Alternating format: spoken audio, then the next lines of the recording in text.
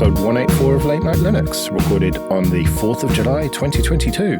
I'm Joe, and with me are Phelim. Hello. Graham. Hello. And Will. Hello.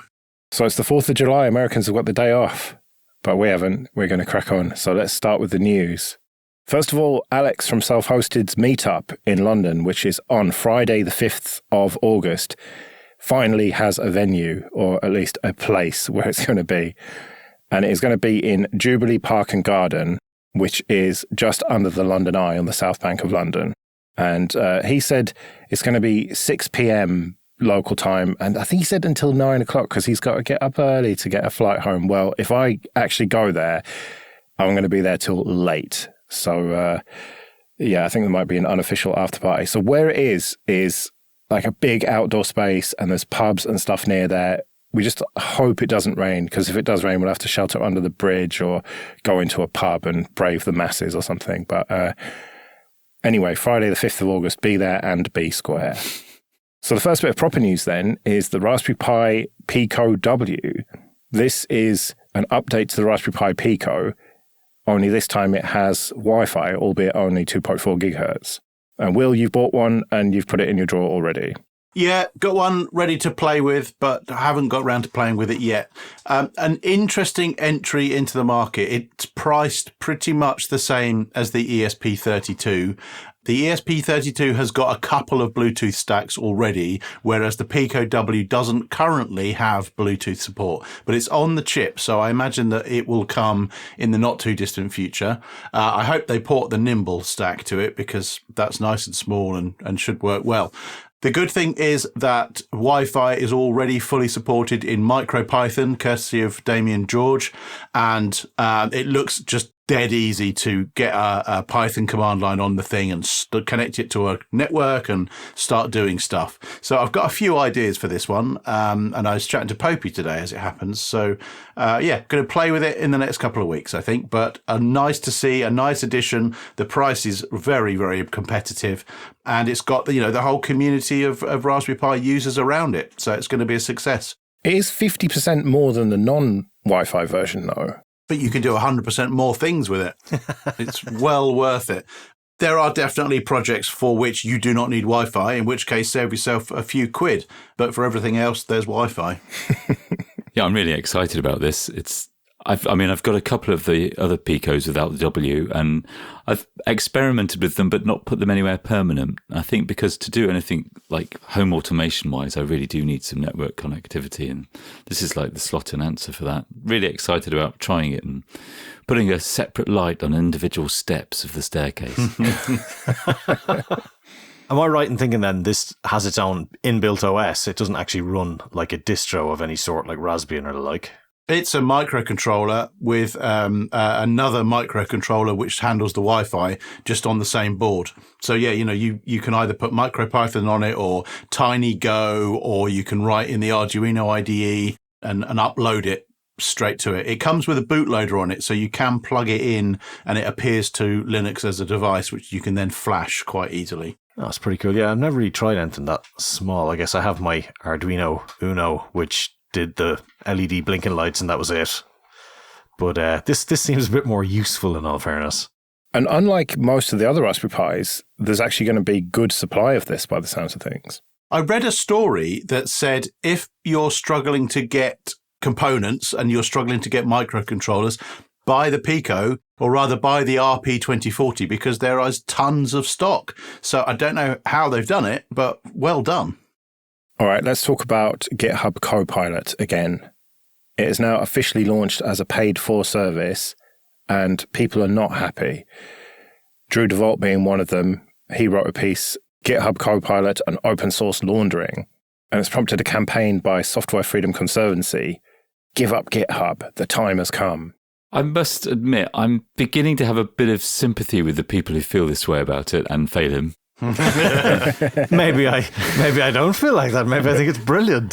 So I'm not a lawyer, and I haven't looked too deeply into it, but I have seen plenty of examples now of really quite bespoke and weirdly written code being dropped verbatim into some of the suggestions. completely independent and regardless of how that code may have been licensed originally on GitHub. In fact, not particularly machine learned and rewritten or insightful. And that's what gives me concern. Yeah, I mean, when you consider back when the early 2000s, when the SCO case came out, like they couldn't even find much matching at all.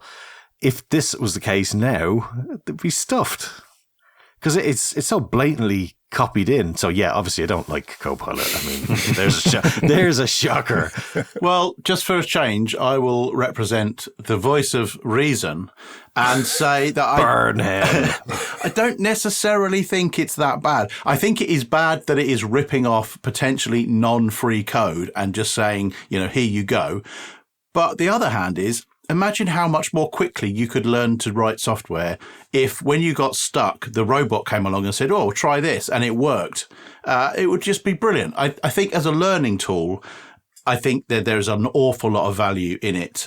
They definitely need to get it to work better, more compatibly with free software licenses. But I think as a tool, as a learning tool, I think it's really going to be quite powerful. Yeah, I totally agree with you in terms of potential. If it was like the WAL-E of programming code, then I wouldn't have any argument against it. I'd love to see the data set and the algorithms released open source, but I'd be fine with the output. It's just what I've seen is like sometimes almost a verbatim copy of the input. Yeah, and given that they have the license of all the bits that they pull in, they know what that is already because it makes you do that, and it knows what your current project is. Why is it offering you in your proprietary code base GPL code? I mean, I don't want someone who's got proprietary code who wants to keep it that way. That's all well and good for them, and they should stick with that. But you shouldn't be dumping stuff that shouldn't be somewhere else, essentially. Well, Conservancy asked Microsoft and GitHub a bunch of questions about this, and one of them was, can you provide a list of licenses, including names of copyright holders and or names of Git repositories that were in the training set used for Copilot? If not, why are you withholding this information from the community? And after waiting a long time for a reply, the reply came, we're not answering the question. And so Conservancy then speculates in this blog post that maybe they don't know. Maybe they didn't properly document what this thing was actually trained on. And so they maybe don't even know what licenses were used. Yeah, maybe they fed it everything to try and build the model with the intention of removing things that they couldn't then reproduce, but still have the same model, and they've just been unable to. Magic black box machine learning to the rescue again. Some speculation that I've seen is that Microsoft thinks that they are big enough and have enough lawyers to just get away with it, in quotes, and that there won't be a significant legal challenge to this because it's just going to cost whoever wants to challenge them too much. But if I'm a small company and I see you as another small company, you've ripped my code off and you've kept it inside, I'm going to sue you. I'm not going to sue Microsoft. That's your problem to fucking deal with. That's a very interesting question. What are companies going to be doing about their engineers who are using this to develop software? Are they going to ask? Because if they ask, then they've got to deal with it. Or are they just going to play dumb? And this feels like something I should have an answer to, and I have not really thought about it until now. Yeah, what's your job title again, Will? I don't know. I mean, I would be advising my team to not use it because who knows what the legal consequences will be. We just don't know. We're entering a new world where machine learning, AI, whatever you want to call it, is producing works, whether that is code or ridiculous images or whatever, that is just uncharted territory. We just don't know from a legal point of view and a copyright point of view where we are with all of this stuff. There isn't legal precedent yet. So I would be very cautious if I was running a company with employees using this. Yeah, and also, I suppose, if you do get accused of copyright infringement in your code, you can just say, well, it was generated by Copilot, regardless of how you did it. Maybe, yeah. If you are paying for that, then you can just claim that as your defense, potentially. Yeah. But I mean, even if you didn't, even if you weren't using Copilot. Just get the license as an insurance policy. Yeah, pay you $10 a month. They can't prove that it didn't, I assume. Depends how good their lawyers are, I suppose. Maybe their lawyers are just AI bots. Probably. I did install it in VS Code this morning because a pop-up appeared in GitHub offering it to me for free. And I installed it and I opened up a new Python project and I did Python, the hash bang for Python, and told it was a Python script. My first line was import requests. And the next thing that Copilot came up with was a very straightforward requests function that just went out and passed a URL and returned the results. It would have saved me probably 20 seconds of typing. And that was like within a minute of this thing being installed. So it does seem that if your use cases are very simple, at least my experiment so far was very simple, it could save you some time. And if it saves time and programmers are lazy, then it's going to start finding its way and its tendrils are going to start spreading into projects. So yeah, I think we need an answer to the question, are we going to use this in our business or not? And I think everybody should be thinking about that. Well, I think that developers should be seriously thinking about, is this going to take my job? Because if this gets good enough, and it might be 10 years down the road, maybe more, but it may well get to a point where a manager can just input some features that it wants and it'll just spit out the code. It'll probably be the equivalent of Dreamweaver website code, but it'll probably just about work. Yeah, it'll be like that gif of the giraffe riding the motorbike. Also, it could work in the engineer's favour. I mean, Grammarly has been doing my work for a decade and no one's noticed. I'm going to get Copilot to design the next version of Copilot and then have the next version design itself and then Rich. Yeah, and then it'll become self-aware. And then Skynet and then... the release from this hellhole. So what do we think about Conservancy's campaign to get people to leave GitHub then? Is that just pissing in the wind? It might well be, but I mean, if you've got a project that you want to start there, do you want to essentially have your code paid for by somebody else to benefit from your work? I don't know. Seems counter to the sort of free spirit of GPL licensed software or any open license, except the BSD because they're shit. That's been the way it's been for years, though. Like all these open source projects put their code up and people rip it off and try and sell it. And then people try and stop them from selling it in software stores and people get upset about that. And it's just been going round and round and round. This just seems to be yet another way that somebody is trying to extract value from other people's work. The thing is that Amazon have got their own version of this, Code Whisperer. And by the sounds of things, that actually does address some of the concerns about licensing. And it's this weird situation where people are saying, well, Amazon is kind of looks like the good guy compared to Microsoft/GitHub here. Again, I bring us back to the taller than Ronnie Corbett competition here, though. On to a bit of admin then. First of all, thank you everyone who supports us with PayPal and Patreon. We really do appreciate that. You can learn more at latenightlinux.com/support. And remember, for $10 or more per month on Patreon, you can get an advert-free RSS feed that includes this show, Linux Downtime, and Linux After Dark. And if you want to get in contact with us, you can email show@latenightlinux.com. Okay, this episode is sponsored by Linode. Go to linode.com/latenightlinux, support the show, and get $100 free credit. From their award-winning support, offered 24/7, 365 to every level of user, to ease of use and setup, it's clear why developers have been trusting Linode for projects both big and small since 2003. Deploy your entire application stack with Linode's one-click app marketplace, or build it all from scratch and manage everything yourself with supported centralized tools like Terraform. And check out their managed MySQL, Postgres, and MongoDB databases that allow you to quickly deploy a new database and defer management tasks like configuration, managing high availability, disaster recovery, backups, and data replication. Simple and fast to deploy with secure access, their flexible plans include daily backups. So go to linode.com/latenightlinux, create a free account, and you'll get $100 in credit and support the show. That's linode.com/latenightlinux.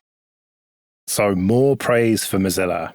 This is another privacy feature. It's basically removing all the shit from URLs, essentially, all the tracking stuff, which I suppose, disclaimer, we do rely on somewhat for people clicking links for advertisers on the show. So we probably shouldn't be too indignant about it. But it is still something that Firefox should definitely be doing. It sets it apart from Chrome, and well done, Mozilla. Yeah, it'd be nice if they could scrape off the UTM from their pocket links as well. That'd be nice.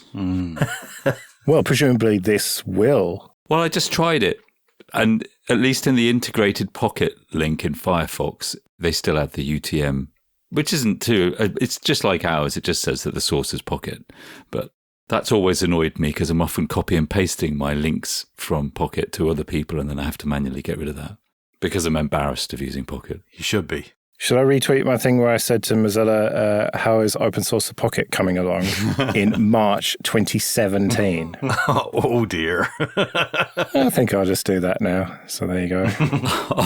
I've turned this into a bad story, but it's a really good story. What they're doing is excellent, getting rid of all that stuff in Firefox. So happy ending. Yeah, it's not an ending, is it? It's happy progression.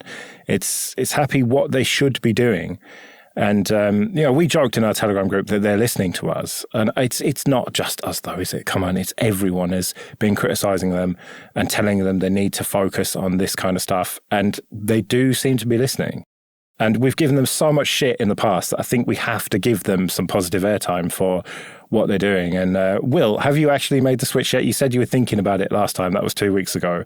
I haven't made a whole lot of progress, but I did start looking at porting all my passwords and exporting all of my history. So I've downloaded it, I've got it installed, and I've made a start. I'm not there yet, but I'm making slow progress.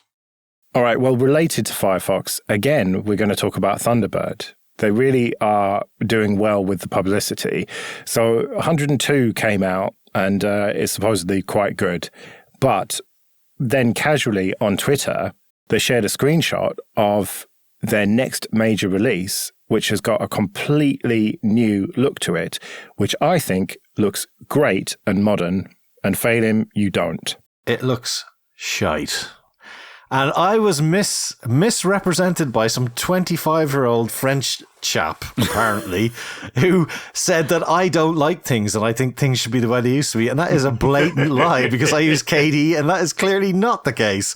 I'm all for change if it's good, but it's fucking email for fuck's sake. And this absolutely apes the Office 365 interface and is the worst vertical piece of shite ever. It is the most awful thing to navigate through your messages with. And I don't know why you would copy it. And it doesn't look like it can even be used for multiple accounts very well. It looks awful. I mean, they did say, yeah, there's a classic mode you can enable, blah, blah, which, yes, fine, if it gets as much testing. Apparently, it's all just kind of customized. I don't know whether it's CSS or whatever to do it, but I don't know. I hate the look of it. I think it's just really bad. It's for people who like to think they have email but don't actually need it. You're just so wrong about this, man. I am not so wrong about this. I have 5 to 6 email accounts all the time in Kmail. And if I had to click to change the entire pane to change over to the new account, or had this vertical scroll bar that shows 3 to 4 lines of the bloody email rather than pack as much info into that list as possible, I get hundreds of emails every day. It's just terrible. Well, I don't want to anger the Thunderbird marketing department, so I'm going to say it looks really good. That is a very good self-preservation. I have never had so many tweets liked in my sort of negation than everybody piled onto me being an owl person who doesn't like change. Fuck off the lot of you on Twitter. You can all choke. I think you missed the word again there, Graham. Again. Yeah, that's right. I maintain that this looks like a modern application to me, and then you compare it with what it looks like currently, and that looks ancient and crusty. It's email. Email is ancient and crusty, does function, but it works the way it works because that's how it is working. I mean, it's like, what, are they going to replace the cells in an Excel spreadsheet by fucking clicky icon buttons everywhere instead of allowing you to actually put text in next, or what? And you lot accused me of being the old man last time with the fucking YouTube rant. Yeah, this is just so old manish of you, Phelim. It isn't. And they want to put a chat client in the fucking email program. It's like, why? Why do they want Matrix in there? It's its own thing. Well, I don't know about that. That seems a bit excessive, but why not have it be an option or a plugin, perhaps? But the fact that they're going to maintain the old version, surely everyone's happy. If it's just in the settings, just toggle old man setting. Okay, great. Now Phelim's happy. You don't even fucking use it. Yeah, I know I don't use it, but that's the thing. It's now coming in and it's coming to eat K9's lunch because it's now mobile fucking and Thunderbird.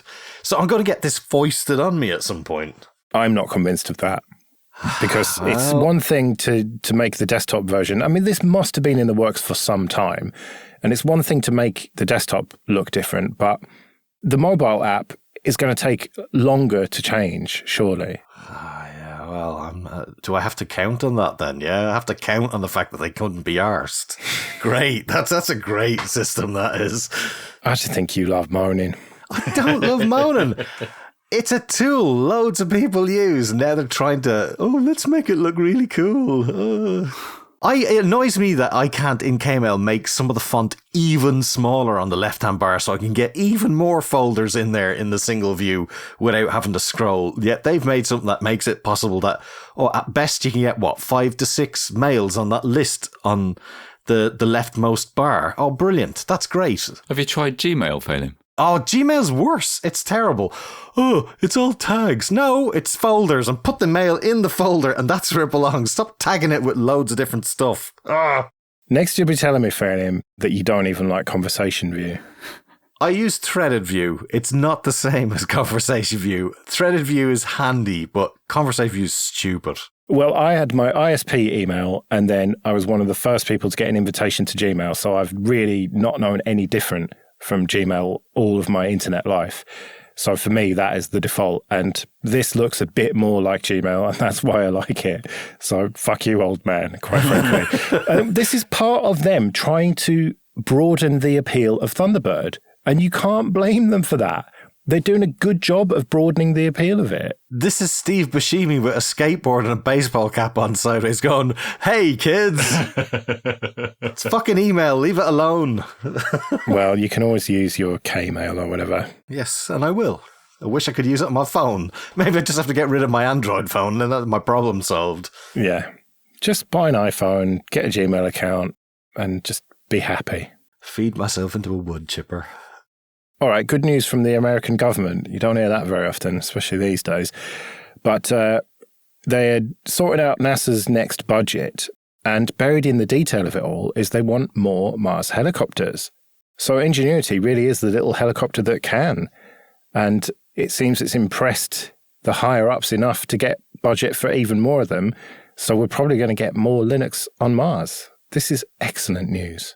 Do you think it is a coincidence that we are at imminent threat of war with Russia and now suddenly NASA gets loads more money to build spaceships and stuff? I suspect that the two things are linked. You think it's dick swinging? I think it's probably a certain amount of monitoring systems floating around the Earth just in case being built. Well, if it means more Linux on Mars, then silver lining. Yeah, I'm happy with that. I'll take it. Oh, you see, I was going for the other angle here, where now that it's a really big project, we're going to have to get a proper OS, because, that Linux thing's not professional. It's not used everywhere in the fucking world. Yeah, so Microsoft are going to come in and tender for it, or fucking Musk and his lot, maybe. Although Musk could just use Linux and not fucking credit anyone. Do you not think we've moved past that now? We should have. And yes, we should really, but you just know the way this thing goes. It's some marketing arsehole's going to come and go, oh no, I'm Roxas, whatever that real-time OS thing is. I can't remember what it's called, but yeah. VxWorks. That's the one. No, Linux has proved its worth, man. Well, yeah, no, and it has, genuinely. But you just know how these things go. Like I said, you love to fucking moan. This is a positive story. Shut up, the pair of you. Expect the misery, and then you can never be disappointed. No, but with this kind of stuff, I mean, I'm not disagreeing with what Will said, but they want tested code, they want devices that have been through it, and they won't switch from the stack that they've got working so easily. You would hope not. It is pretty amazing, though, what they've done with that, and the updates that they push to it and things like that. It's unreal, really. It might actually be the last surviving relic of civilization. Just buzzing around up there waiting for the next command. You probably find somebody's buried a Easter egg in there. If no commands have been received for 365 days, it then goes off on its jolly own jaunt. Let's do a quick KDE corner before we get out of here then. The first one, KDE Apps Media Update. Yeah, there's been a whole pile of updates for a lot of apps out there. LabPlot has got some cool stuff. It's got some new annotations and images and worksheets. They show a cool one of I think it's the hydrogen line they call it. I don't know, it's something to do with SETI and looking for life on other planets or something. I don't know. But they've got better visualizations and conditional formatting and stuff like that. And it's able to import from MATLAB, SAS, Stata, and SPSS. I know SPSS and MATLAB, but I don't know the other ones, but I'm sure they're all statistics stuff. And there's also Haroon in there, which is a YouTube player, which, I reckon you should give that one a go, Joe, because that's quite good for being a YouTube player on your desktop. Maybe, I don't know if it filters out ads and stuff as well. I'm not 100% sure, but pretty cool. The best desktop YouTube player is Firefox. Why do I need a different one? Yeah, well, funnily enough, at home here, NewPipe plays YouTube videos better than Firefox does because I don't get Grammarly ads in it. Well, that's because you don't have uBlock Origin because you're a tinfoil hat man. Because I support the creators, Joe. Anyway, digitally signing PDFs with a hardware token. Is this your YubiKeys keys and that? It is, and just a quick link. There's a how-to guide on how to use it. I know we had a few people write in saying that they work or live in countries where you're required to have documents that you have to have signed digitally with a key or whatever from the government or regional authority. And there's a guide there. The guy does quite interesting to see. I've no use for it, but I thought somebody else might like it. Yeah, all right. And Digicam 7.7.0. Digicam is truly excellent. I don't use it because I'm not organized enough with my photos, but it can do some really cool stuff. But now they have it fully working on Qt6, and from now on, Qt5 is going to be bug fix only, which is quite cool. So things are starting to slowly move in the right direction there. They've got Olympus OM1 camera support. They've got AVIF and JPEG XL containers have been improved, and 2 summer students have been kept on to finish on the image quality analyzer that uses this neural network stuff. And they're also doing OCR with Tesseract, which I'm not really sure what that is, but we all know what OCR is. So quite cool. All right. And KDE PIM May and June update. Yeah. So screw you, Thunderbird. We also have updates in PIM. So Qt6 compilation again. So everything is really moving towards that now, which is cool to see. And they've done a load of improvements for accessibility on the PGP cert stuff, which is quite good. Kmail has fixed a lot of memory leaks. It's got better message disposition notification dialog. That's the auto reply if you receive an email thing. So you'll be able to clear that or send it in the actual main window when it pops up rather than a separate dialog. There's been a load of data export fixes, and Calendar has improvements as well. That's to do with that work with the mobile stuff that's been going on as well. And they've got a link for junior jobs with Contact, which is quite cool. So if you fancy getting involved and there's some easy stuff that you might be able to do, they have a list there that you can hop on and ping them to let them know that you're working on it. All right, well, links to all that in the show notes then. We'd better get out of here. We'll be back next week when we'll be talking about our discoveries and have some of your feedback and some other stuff. But until then, I've been Joe. I've been Phenom. I've been Graham. And I've been Will. See you later.